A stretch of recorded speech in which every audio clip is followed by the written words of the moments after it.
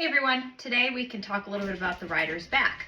And if you read in all of those old texts, they talk a lot about the rider using their back, bracing the back, basically collecting the horse on the back.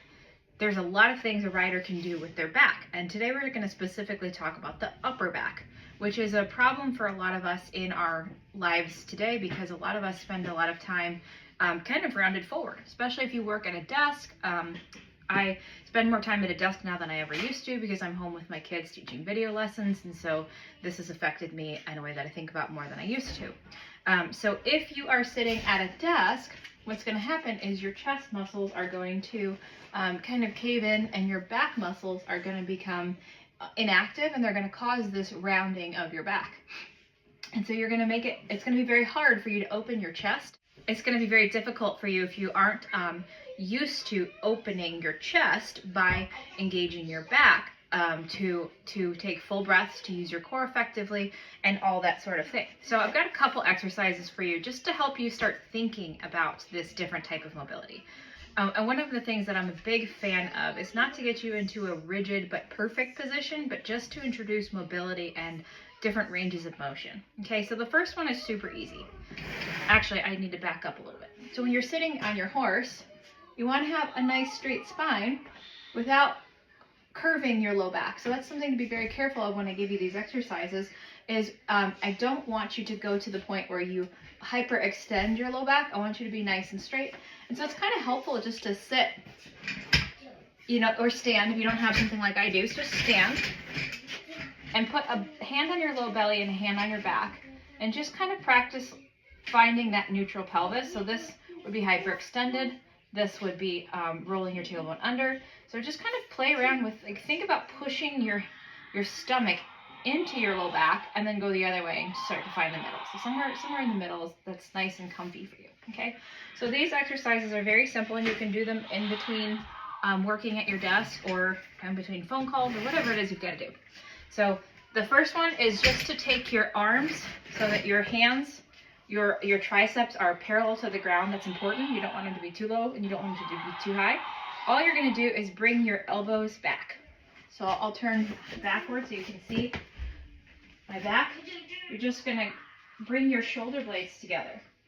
And this shouldn't be too hard, but it might feel a little bit pinchy at first if you're not used to it. So just go as far as you can without losing the ability to breathe. So I can still talk to you while I do this.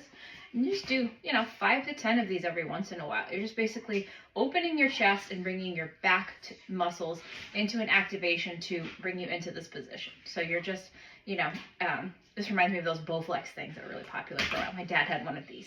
But it's basically just bringing your shoulder blades together to open your chest. So if you are rounded at a desk for any period of time, this is just a really helpful, nice stretch. But again, don't make your low back hyperextended when you do this. So you can look in a mirror or just kind of find that position that feels maybe a little bit strained because it's not a normal position for you, but it shouldn't be painful.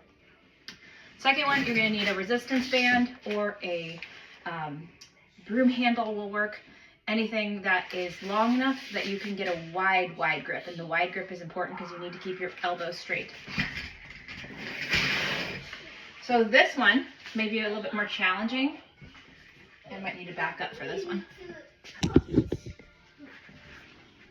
Okay, so what you're going to do is get as wide of a grip as you need. Okay, so my elbows are straight. And what I'm going to do is start with a wide grip. Go as wide as you need to as you come up above your head. Widen even more if you need to. And then go back behind your body. Turn to the side so you can see this.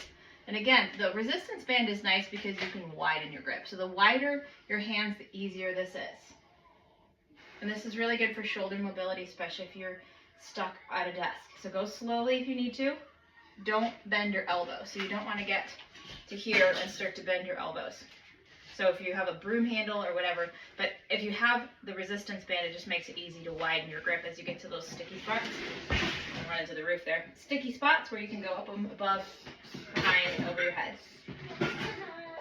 I've used a lunge whip before. I've used all kinds of crazy stuff. And everything gets easier with practice. So if it's hard for you at first, just go as far as you can. Make sure you're not hurting yourself. Make sure you're breathing.